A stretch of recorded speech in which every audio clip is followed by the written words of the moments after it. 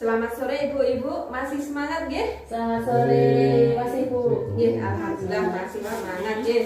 Hari ini masih pelajaran yang mengenai menjadi orang tua yang lebih baik, dan sekarang langkah yang ketujuh.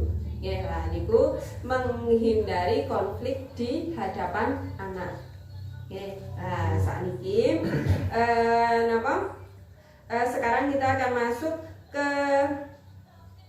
materi yaitu menghindari konflik di hadapan anak. Jadi kita nonton film ya, nonton film 1D niku sarang-sarang nggih.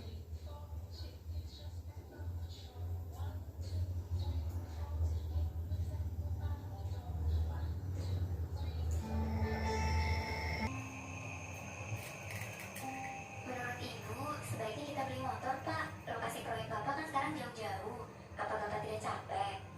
Tidak apa-apa, jauh sedikit. Lagi pula, menurut Bapak, lebih baik kita menabung dulu. Itu lebih penting. Harga motor baru mahal. Kita sebenarnya belum mampu. Iya, Ibu tahu. Menabung memang penting. Tapi motor juga penting, Pak. Kita harus usahakan beli motor. Apalagi motor kan bisa dipakai untuk keperluan lain juga. Misalnya saja untuk antar anak-anak ke sekolah. Sepertinya belum mendesak. Anak-anak selama ini tidak mengeluh kan? Jalan kaki pulang pergi ke sekolah. Ya memang tidak sih.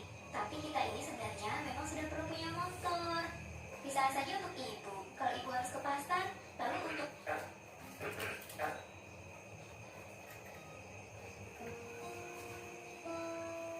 Kita lanjutkan saja diskusinya nanti ya, Bu. Kalau anak-anak sudah tidur.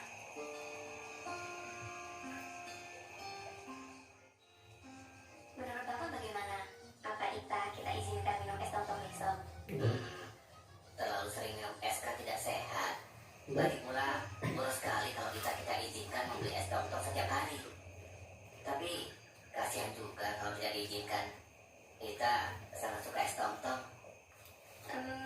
Bagaimana kalau kita beri waktu dia beli es seminggu sekali saja? Tiap hari Jumat sore setelah dia pulang main. Di hari lain, tidak boleh. Wah, bagus. Bapak setuju. Mudah-mudahan lama-lama kita tidak lagi minta dibelikan es tomtom. Oh ya Pak, soal rencana beli motor, Ibu punya ide. Bagaimana kalau kita beli motor bekas saja? Kan tidak terlalu mahal.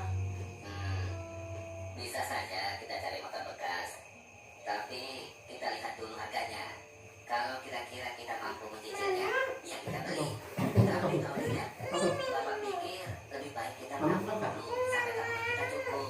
Ayo, anak ya. Sampun nggih film nggih, sampun jelas nggih filme. Nggih, terus dari film niki niku ceritane Ibu Lili niku ajeng tumbas motor nggih, ajeng tumbas motor tapi melihat keuangan keluarga. Terus niku Ibu Lili dan Pak Rosi niku perlu berdiskusi terlebih dahulu. Setelah dari film ini kita bisa mempelajari beberapa hal. Yang pertama niku Ibu Lili dan suaminya niku meluangkan waktu untuk berdiskusi. Kemudian yang kedua, sangat penting untuk menghindari pertengkaran di hadapan anak. Karena itu sangat penting, karena kalau misalkan kita bertengkar di hadapan anak itu akan menyebabkan yang pertama niku anak menjadi agresif. Kedua niku anak tidak betah di rumah. Selanjutnya niku anak bisa anak tidak konsentrasi di sekolah maupun di rumah. Kemudian orang tua bisa saja berbeda pendapat dalam banyak hal, terutama menyangkut pengasuhan anak. Terus misalkan masalah menyangkut pengasuhan anak niku tidak boleh dibicarakan di depan anak. Lah dari sini kita bisa tahu bagaimana menjadi orang tua yang lebih baik. Itu adalah menghindari pertengkaran atau perbedaan pendapat di hadapan anak.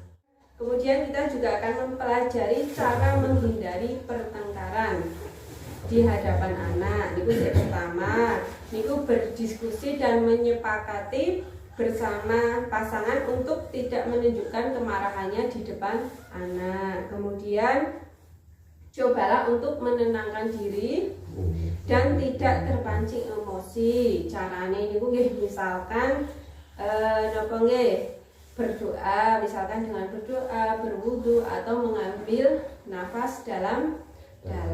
Itu salah satu contoh nggih. Nah, saniki kita akan belajar cara menahan amarah. Nah, saniki kula ajentaken kali ibu-ibu teng mriki. Lah niku bagaimana ibu-ibu teng mriki niku menahan napa nggih? Menahan marah niku kados napa? Misalkan Bu Aan niku carane pripun menahan marah niku pripun? Napa dengan pergi atau lagi caranya bengkel ya di rumah paling cuma tinggal medal tinggal keluar dulu.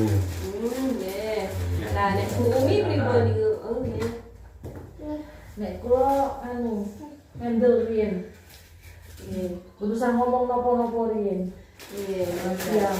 nggih berarti sami nggih Bu Aan kalih Bu Umi niku ceritane menahan diri, nggih menahan diri nek mboten nggih menyendiri riyen nggih ben amarah niku hilang mboten. Nek mboten hilang nggih berkurang mboten nggih Bu. Nggih. Makasih nggih sebelumnya. Kemudian saat ini niku ada permainan atau gerakan untuk apa nggih menahan rasa emosi atau marah. Lah niku nggih cara senam wajah. Mulai nggih. Nah, saat ini nggih pertama senyum manis, puji senyum manis kemudian tertawa pelan-pelan. Oke, kemudian tertawa terbahak-bahak. Oke, kemudian wajah jeleknya mana ibu-ibu? Itu ya paling jelek ya dikumpul ya maksimal. Kemudian ambil nafas dalam-dalam. Kemudian keluarkan. Itu salah satu gerakan senam wajah untuk menahan emosi. Terus dari gerakan niku mangke ibu-ibu bisa mempraktekkan di rumah. Mangke saged dipraktekake nek misalkan mangkel kali napa pasangane atau dengan anaknya lah niku bisa dipraktekkan di rumah. Kemudian juga bisa napa bisa dipraktekkan lagi di rumah, yaitu yang pertama niku nyepakati dengan suami untuk menghindari konflik di depan anak. Kemudian menahan amarah atau emosi terhadap anak atau suami dengan cara mendiskusikan sebelumnya lah. Sebelumnya niku jenengan kali pasangane nopo kali anake niku mendiskusikan nopo, menentukan apa lah niku bisa diambil keputusan dari itu.